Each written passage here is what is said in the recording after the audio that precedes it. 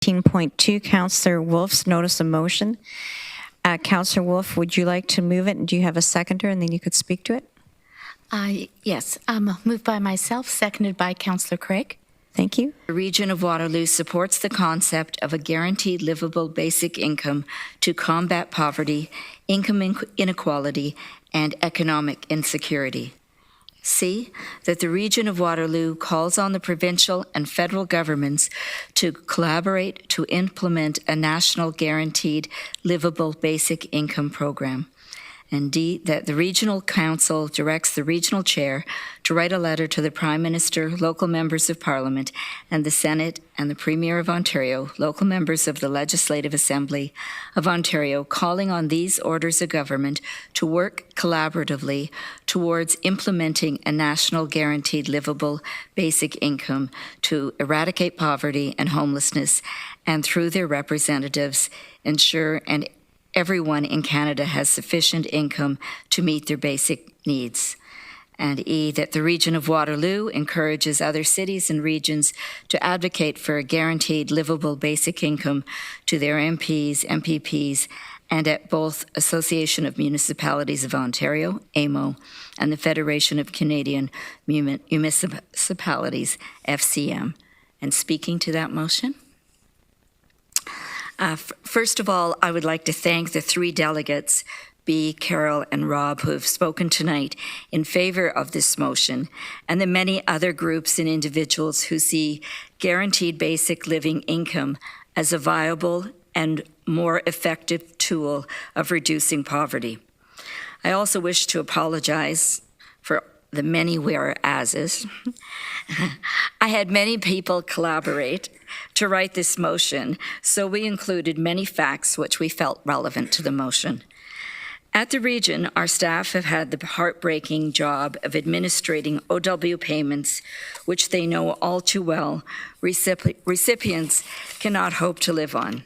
In Kitchener, a one-bedroom apartment is renting for over $1,900 a month, and a single person on OW receives $733 a month to cover rent and basic needs.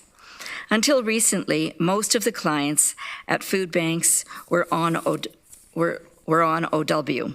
Now, because of high rents and other high costs, many fully employed people are joining them to access the food bank. Every day, we are seeing more and more people become homeless. We need to do something that is effective immediately to stem this tide of evictions. Most people are in favor of ending child poverty. It should be obvious that the only way to do this is to end parent poverty. We must stop thinking people choose to be poor and stop making rules about receiving help punitive and judgmental. A guaranteed basic living income could do this. Some people question how we can afford a guaranteed basic living income. The late Senator Hugh Segal was an early advocate of GBI. He explained that we would no longer need OW in Ontario or the equivalent in other provinces, CERB during the pandemic, or other emergency top-ups if a guaranteed basic income existed. This would cut over half of the cost of the program. As our delegates also pointed out, the prosperity gap is steadily increasing. The richer 1% are getting richer and the poor are getting poorer. Rob Evans explained the 6 tax sources that could bring in billions to the federal government. We just require the political will to implement them. Another source of income is the reduction in health care and other social service costs by having fewer vulnerable people. Every time we have raised minimum wage, we have seen GDP grow. The money we give to our poorest citizens is all spent in their community. None of it is going to tax shelters offshore. Finally, I'm very excited about this motion because it is one of many. Hamilton, North Bay, Halifax, Moncton have passed similar ones. Councillors in Cambridge, Waterloo, and Kitchener will also be bringing a motion like this to their councils. I believe that if the federal and provincial governments see there is a grassroots desire to try something different to eradicate poverty, they will not be afraid to act. I hope this council can support this motion and take the first step to encourage reducing poverty in our region. Thank you. Councillor Craig, as the seconder of this motion, did you want to speak to it? No, I really appreciate Councillor Wolf for the numerous times in the past and today in the present, talking about issues in the community that have an overall impact on a number of people that simply don't have a voice. And my experience with Councillor Wolf has been that she's always been that voice. That's gone on for years. And I think what she is suggesting is to bring an alertness to the different levels of government. It may be a very small sound we're making, but you amplify it by a number of different communities saying the same thing, and it does have an impact. So I'm very appreciative and I'm very supportive of where this is going, and I hope Council will support it. It basically is making a request of upper levels to start doing something about what we see every day on the ground. Thank you, Madam Chair. Councillor James. Thank you, through you, Chair Redmond. Thank you, Pam, for Councillor Wolf for bringing this forward. I absolutely am in support of this. One of the delegations earlier spoke of a report that took place based on the pilot project. And I went through that report to really get a better understanding of the impact, the possible future impacts. And one of the things that really stood out overwhelmingly was that many of those who were part of that pilot project used the funds to better educate themselves, to get more education. And I think that's one of the ways we are able to, future or better ourselves is through the education piece. And also when we talk about things like health and wellness, what the participants were saying was about the impact, they had to worry less, their health and wellness, they were able to eat better, support local, definite benefits to themselves and to the communities. And we know disproportionately women are paid less, and the impact that the pilot project at the time had on women in particular and those with young children helped overwhelmingly in their households. So I am happy to support this. I think we absolutely, it can be done. It was modeled in one aspect with CERB, not that that was a perfect model, but I think we need to be advocating for this, and I absolutely support this. Thank you.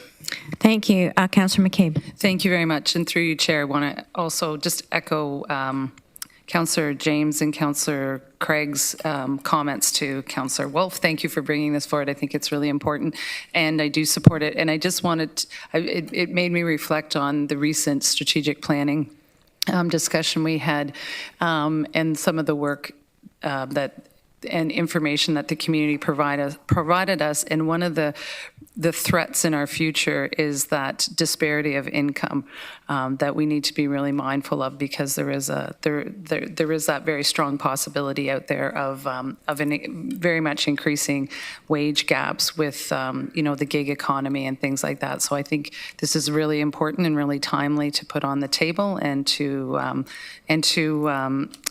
add to our list of things that we're advocating for to the provincial and federal governments. And you're right, the projects, the pilot projects that were happening before were working and were being demonstrated to have worked. So I really hope that we can go back to that. Thank you. Councillor Deutschmann.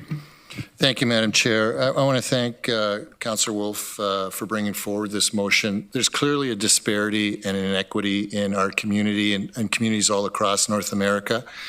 And it's great that we take this platform to speak for those who need us most to speak for them. People that are living and receiving income assistance that is well below poverty line, well below living anything. And, it's been a while since there's been increases, and we need to do what we can to advocate with the provincial and federal governments on this issue. So very important. But I just wanted to ask, within this motion, E says that the Region of Waterloo encourages other cities and regions to advocate And I'm just wondering, should we specifically say, are we sending this motion to other communities? I just want to make sure that that's how we're encouraging, that we're actively doing something to bring this to their attention so that they can join forces with us and others who have done this already to add their voices to this. Thank you, Councillor Deutsch. And we'll take that under advisement, and the clerk will distribute it to those other municipalities. Councillor Erb. Thank you, Madam Chair, and thanks to my colleague, Councillor Wolf, for introducing this and for helping us all be the voice of those who don't have a voice in our region. I'm happy to support this. I'm disappointed that in 2018 the pilot project was canceled. I think we've lost 5 years of collecting data where we may have been able to make a significant difference in the people that we're trying to assist with this. 5 years, a lot of things have changed in the well-being of people in our community who are most vulnerable, and so it is a disappointment that we've lost that opportunity, that we didn't seize it at that time, gather the data, and hopefully have some kind of a program in place. And I hope collectively, with this motion and with the support of other municipalities, the government may consider doing something that we might be able to benefit some of our citizens in our communities. Thank you, Councillor. So it sounds like we're in violent agreement. So I am now going to put the question. It's been moved by Councillor Wolf, seconded by Councillor Craig. Would you please use your e-scribe to vote?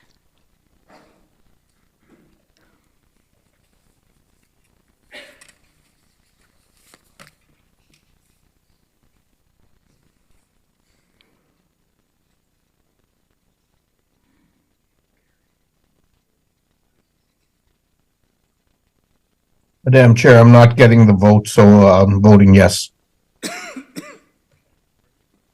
That is passed, colleagues, unanimously for everybody in attendance. That's great to see.